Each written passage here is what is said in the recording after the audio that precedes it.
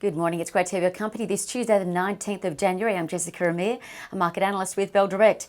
Well, despite Wall Street being closed for Martin Luther King holiday, traders have got a bit to sift through today. Firstly, the UK continues its world-leading vaccine rollout, now extending vaccinations to over 70s. While in corporate news, the fourth largest car maker was born.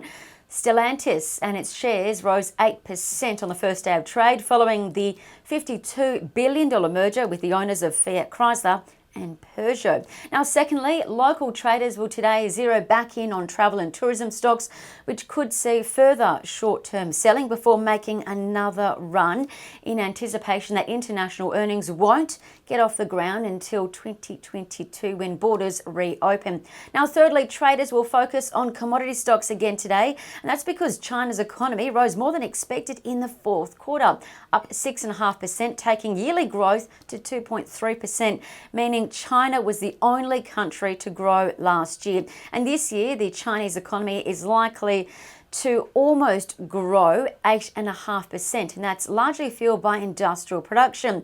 And this is what's fueling Aussie commodity demand and prices, so keep that in mind. Now, what to watch broadly? Well, the Aussie share market is likely to rise 0.6% or 39 points, which could rub out some of yesterday's 0.8% drop. And speaking about commodities, you could have your day to snap up a bargain because commodity stocks mostly fell in Europe despite the iron ore price rising to fresh 9-year highs, while the copper price gained 0.3%, heading back towards 8-year highs, with both metals in bullish runs spurred on by Chinese demand.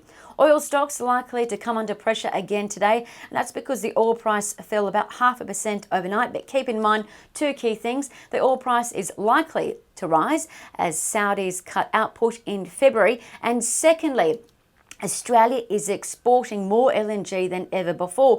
LNG gas exports hit a record yesterday, rising 78% in the year, with Australia now producing more LNG than Qatar. So keep that in mind. Oil stocks like Santos, Beach Energy and Woodside Petroleum have been in strong uptrends since November. Keep that in mind. Also on Woodside, yesterday they announced that they doubled their sales agreement with Germany's Uniper, with Woodside now having long-term sales agreements to effectively sell 40% of their WA production. As for trading ideas that could be worth your consideration, Super Retail Group, their shares climbed to a multi-month high yesterday after announcing earnings rose over 121% in the year. Now, overnight, UBS upgraded Super Retail's buy rating with a new $12.60 target, expecting earnings to continue to grow, so keep your eyes on SUL. And secondly, Mesoblast, their shares are trading at year lows. Bell Potter maintained its speculative buy rating with a $5.10 target. That implies 107% upside. Now, the next key catalyst, I'd say two key things. Phase 3 back pain trials due this month, and the FDA meeting outcome on graft versus host disease, and that meeting is in the first quarter. Separately, Chalice Mining, McMillan Shakespeare and Catapult could be worth a look. They're giving off bullish charting signals according to Trading Central. I'm Jessica Amir with Bell Direct. Thanks for your company.